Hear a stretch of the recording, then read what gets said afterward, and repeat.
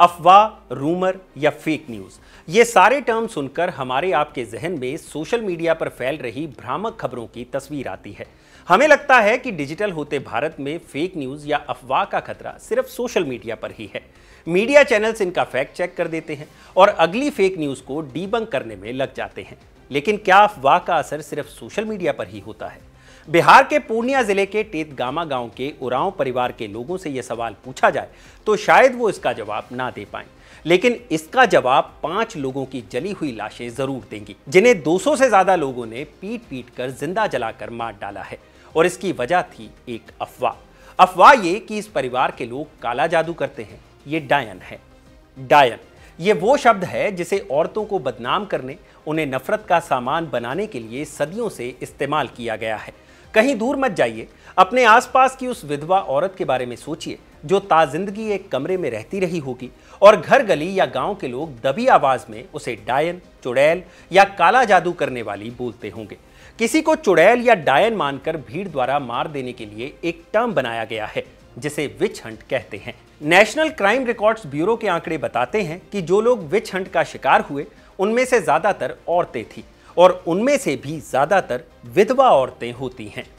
ताजा मामला बिहार का है, जहां पूर्णिया जिले के टेतगामा गांव में 6 जुलाई की रात को एक ही परिवार के 5 लोगों को 200 लोगों की उन्मादी उत्पादी भीड़ ने उन पर काला जादू करने का आरोप लगाकर पीट पीट कर अधमरा कर दिया। भीड़ यही नहीं रुकी, उन 5 लोगों पर डीजल डालकर जिंदा जला दिया गया और उनकी लाशों को पोखर में फेंक दिया गया। आज खबरगांव समाचार में बिहार के इस मामले पर तो बात करेंगे ही, साथ ही ये भी जानेंगे कि हमारे मॉडर्न होते समाज में आज भी वो मानसिकता क्या है जो अंधविश्वास के चलते औरतों को डायन या आदमियों को काला जादू करने वाला मानती है। बात इसकी भी करेंगे कि हर साल ऐसी कितनी घटनाएं होती हैं और बात करेंगे उन महिलाओं की जिन्हें कभी डायन कहा गया था और आज वो समाज को आईना दिखा रही हैं। नमस्कार, मैं हूं भूपेंद्र सोनी और आप देख रहे हैं हमारा डेली बुलेटिन खबरगांव समाचार। सबसे पहले बात बिहार की। घटना 6 जुलाई की देर रात की है। पूर्णिया जिले के मुफस्सिल थाने की रजीगंज पंचायत का एक गांव है टेतगामा। इस गांव में ज्यादातर उरांव जनजाति के लोग रहते हैं। खबरों के अनुसार इसी गांव के रहने वाले रामदेव उरांव के बेटे की मौत हो गई थी और दूसरे बेटे की तबीयत बिगड़ रही थी। इसी के बाद गांव वालों ने मौत की वजह काला जादू और डायन को मानते हुए एक परिवार को निशाना बनाया। ये परिवार बाबूलाल उरांव का था। गांव के करीब 200-250 लोगों ने 6-7 जुलाई की देर रात 3 बजे के करीब इस परिवार के 5 लोगों को पीटा, उन्हें जलाया और उनकी लाशों को एक पोखर में फेंक दिया। जो लोग इस घटना में भीड़ के आतंक का शिकार हुए हैं उनमें 22 साल से लेकर 75 साल तक के लोग शामिल हैं।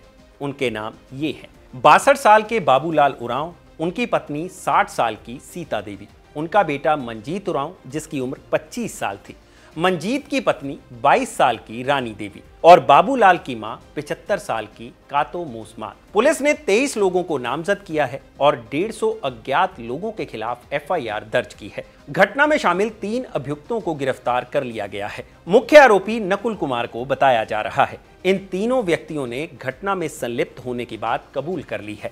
मामले पर इलाके के डीएम और पुलिस ने क्या कहा वो भी सुन लीजिए। अभी वर्तमान में इसमें प्राथमिकी भी दर्ज हो गई है। लगभग 23 एक्यूज्ड हैं उसमें, और साथ ही उसमें बहुत सारे अज्ञात लोगों पर भी 150 से 200 लोगों पर भी एफआईआर हुई है।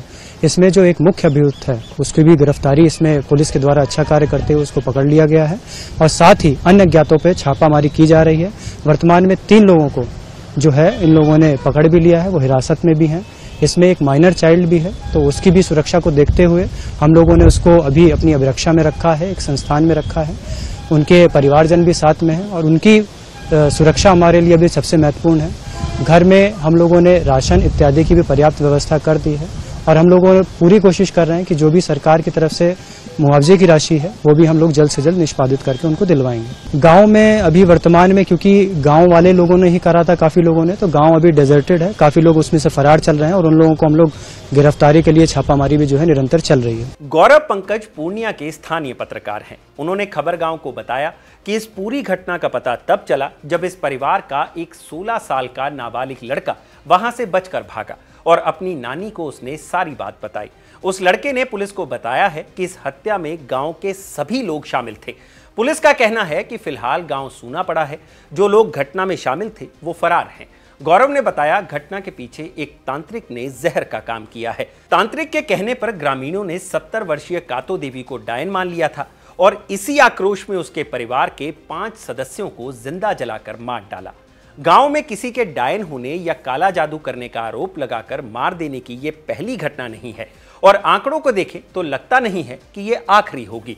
राष्ट्रीय अपराध रिकॉर्ड ब्यूरो यानी एनसीआरबी के आंकड़ों के मुताबिक साल 2000 से लेकर 2021 तक देश भर में विच हंट की वजह से 3077 मौतें हुई हैं। विच हंटिंग सदियों से चला आ रहा एक अपराध है जिसे समाज ने प्रथा का नाम दिया हुआ है। 15वीं शताब्दी से लेकर 18वीं शताब्दी के यूरोप और अमेरिका में बकायदा औरतों को डायन मानकर कोर्ट में सुनवाई की जाती थी और उन्हें मौत की सजा सुनाई जाती थी। विच हंटिंग के खिलाफ काम करने वाले एक्टिविस्ट का मानना है कि ज्यादातर उन्हीं औरतों को विच हंटिंग का शिकार बनाया जाता है जो पोजीशन ऑफ पावर में होती हैं या जो मर्दों की किसी बात से इनकार कर देती हैं। ऐसे उदाहरण भी हैं जिनमें कोई औरत किसी आदमी के साथ संभोग करने से मना कर देती है तो मर्द उसे विलीफाई करने के लिए उसके चुड़ैल होने की अफवाह फैलाते हैं। भारत की बात करें तो विच हंटिंग पहले अंधविश्वास का सहारा लेकर होती थी। गांव में किसी तांत्रिक या ओझा को बुलाया जाता था और वो किसी औरत के डायन या चुड़ैल होने का दावा करता और गांव वाले उसे चुड़ैल मानने लगते थे। खबरों के मुताबिक बिहार में हुई इस ताजा घटना में भी किसी तांत्रिक की मिली भगत बताई जा रही है। लेकिन विच हंटिंग का ये चलन जो पहले अंधविश्वास की बुनियाद से चलाया जाता था अब एक खुला अपराध बन गया है। फ्रंटलाइन मैगजीन में 2024 में छपी एक रिपोर्ट के अनुसार 48% मामलों में महिलाओं पर डायन होने का आरोप लगाने वाले उनके ससुराल के लोग होते हैं। करीब 44% मामलों में दूसरी जाति या धर्म के रिश्तेदार या पड़ोसी महिलाओं पर डायन होने का आरोप लगाते हैं। बिहार में निरंतर ट्रस्ट नाम के संगठन ने 2023-24 में एक सर्वे किया था जिसमें बताया गया था कि बिहार की करीब 75,000 महिलाएं विच हंटिंग का शिकार हैं। यानी बिहार के हर गांव से 2 या 2 से ज्यादा महिलाओं को चुड़ैल बताकर प्रताड़ित किया जाता है। सर्वे में बताया गया था कि इनमें से 75% महिलाएं 46 से 66 साल की उम्र के बीच की होती थी। बिहार उन 6 राज्यों में से है जहां विच हंटिंग को रोकने और ऐसा करने वालों को सजा देने के लिए कानून बना हुआ है। मगर सर्वे में बताया था कि 85% गांव के सरपंचों को इस कानून के बारे में पता ही नहीं है।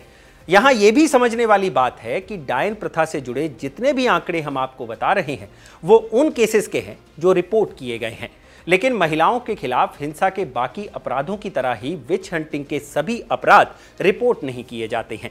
अकेले बिहार में ही सिर्फ 31% मामले रिपोर्ट किए जाते हैं, यानी ये आंकड़े इससे कहीं ज्यादा भी हो सकते हैं। और ये वो मामले हैं जिनमें महिलाओं को डायन बताकर मार दिया जाता है, लेकिन मर्दों ने महिलाओं के खिलाफ हिंसा के और भी कई तरीके अपनाए हुए हैं।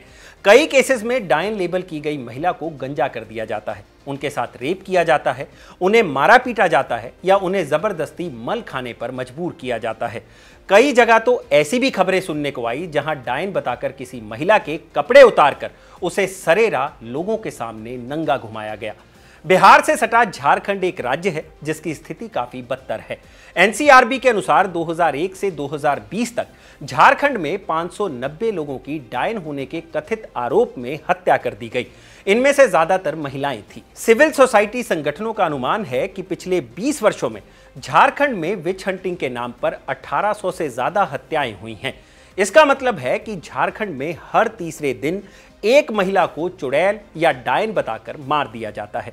यहां एक आंकड़ा यह भी है कि ये महिलाएं ज्यादातर दलित समुदाय से आती हैं। देश के 6 राज्यों बिहार, झारखंड, छत्तीसगढ़, ओडिशा, राजस्थान और असम में विच हंटिंग को रोकने के लिए कानून तो बने हुए हैं, जिनमें से पहला कानून बिहार में 1999 में बना था, लेकिन देश में इस तरह के अपराधों की सजा देने वाला कोई स्पेसिफिक कानून नहीं है। 2022 में बीजेपी एमपी सुजीत कुमार ने राज्यसभा में विच हंटिंग को रोकने वाला एक प्राइवेट मेंबर बिल पेश किया था, लेकिन अभी तक वो बिल ऐसे ही लटका हुआ है। बात सिर्फ बिहार या झारखंड की भी नहीं है। इनको देखिए, ये 80 साल की अलमदाबाई हैं। अलमदाबाई का घर राजस्थान के भीलवाड़ा जिले के भीमपुरा गांव के खेतों के बीच में है। उनके घर के आसपास कोई और घर नहीं है। अलमदाबाई अपने घर में 1 हफ्ते का पानी एक बार में भरती हैं। उनके घर में कोई खिड़की नहीं है और घरों की बाहरी दीवारों पर नुकीली लकड़ियां लगाई गई हैं। ताकि कोई उन पर हमला ना कर दे। अलमदा बाई को हमले का डर इसलिए है क्योंकि उन पर 20 साल पहले डाकन या डायन होने का आरोप लगाया गया था। उनके पति की मौत 20 साल पहले हो गई थी। उनका एक बेटा 3 साल पहले कैंसर से चल बसा और दूसरे बेटे की मौत 2 साल पहले एक्सीडेंट में हो गई।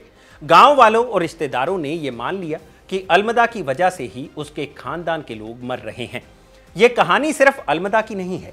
जिन भी महिलाओं को डायन या चुड़ैल कहा जाता है, उन पर यही इल्जाम लगते हैं कि इस औरत की वजह से घर में कोई मर गया, कोई बीमार हो गया। अक्सर इस तरह के मामलों में गांव के लोगों पर इस प्रथा का इस्तेमाल कोल्ड ब्लडेड मर्डर करने के लिए करने का आरोप भी लगता रहा है। निशाना ज्यादातर उन औरतों को बनाया जाता है जिनसे कोई जमीन हथियानी होती है या जिनसे मर्दों को बदला लेना होता है। मगर जहां समाज और सरकार औरतों को फेल कर देते हैं, वहां औरतें उनका समर्थन करने आती हैं। ये 69 साल की छुटनी महतो हैं। छुटनी महतो खुद भी 1995 में विच हंटिंग का शिकार हुई थी, जब उनके रिश्तेदारों ने उन पर डायन होने का आरोप लगाते हुए हमला किया था। छुटनी महतो एक सर्वाइवर भी हैं और एक एक्टिविस्ट भी। वो झारखंड में रहकर कई सालों से विच हंटिंग का शिकार महिलाओं की मदद कर रही हैं। उन्हें 2021 में भारत सरकार ने पद्मश्री से भी नवाजा था। ऐसा ही कुछ असम की बिरुबाला रभा भी कर रही हैं। ये वो महिलाएं हैं जिन्हें कभी समाज ने चुड़ैल और डायन कहा था। आज वो समाज से लड़ते हुए उन औरतों को बचा रही हैं जिन्हें ये समाज आज भी चुड़ैल कह रहा है। यहां सवाल ये उठता है कि औरतें ही क्यों? कभी कोई मर्द डायन या डाकन क्यों नहीं होता? कभी किसी मर्द पर घर तोड़ने या अपशकुन के आरोप क्यों नहीं लगते? क्योंकि मर्दों के लिए औरतों के खिलाफ घृणा फैलाना आसान है, कन्वीनियंट है। आपका इस पर क्या विचार है, हमें कमेंट सेक्शन में जरूर बताएं। खबरगांव समाचार का ये एपिसोड यहीं पर समाप्त करते हैं और हम आपसे कहते हैं कि जब भी आप बिहार के पूर्णिया जैसी घटना के बारे में सुने तो कोशिश करें अपने गांव, गली मोहल्लों और परिवार के लोगों से बात करने की और उनको समझाएं कि अंधविश्वास इसलिए है क्योंकि वो अंधा है। उसका सहारा लेकर ये समाज भी कुछ देख नहीं पाएगा, वो भी अंधा ही हो जाएगा। आज का खबरगांव समाचार बस यहीं तक। ये खबरगांव समाचार लिखा था मेरे साथी सत्यम और गौरव श्यामा पांडे ने और इसे कैमरा के पीछे रिकॉर्ड किया है मेरी सहयोगी निवेदिता ने। आप देख रहे हैं खबरगांव। शुक्रिया।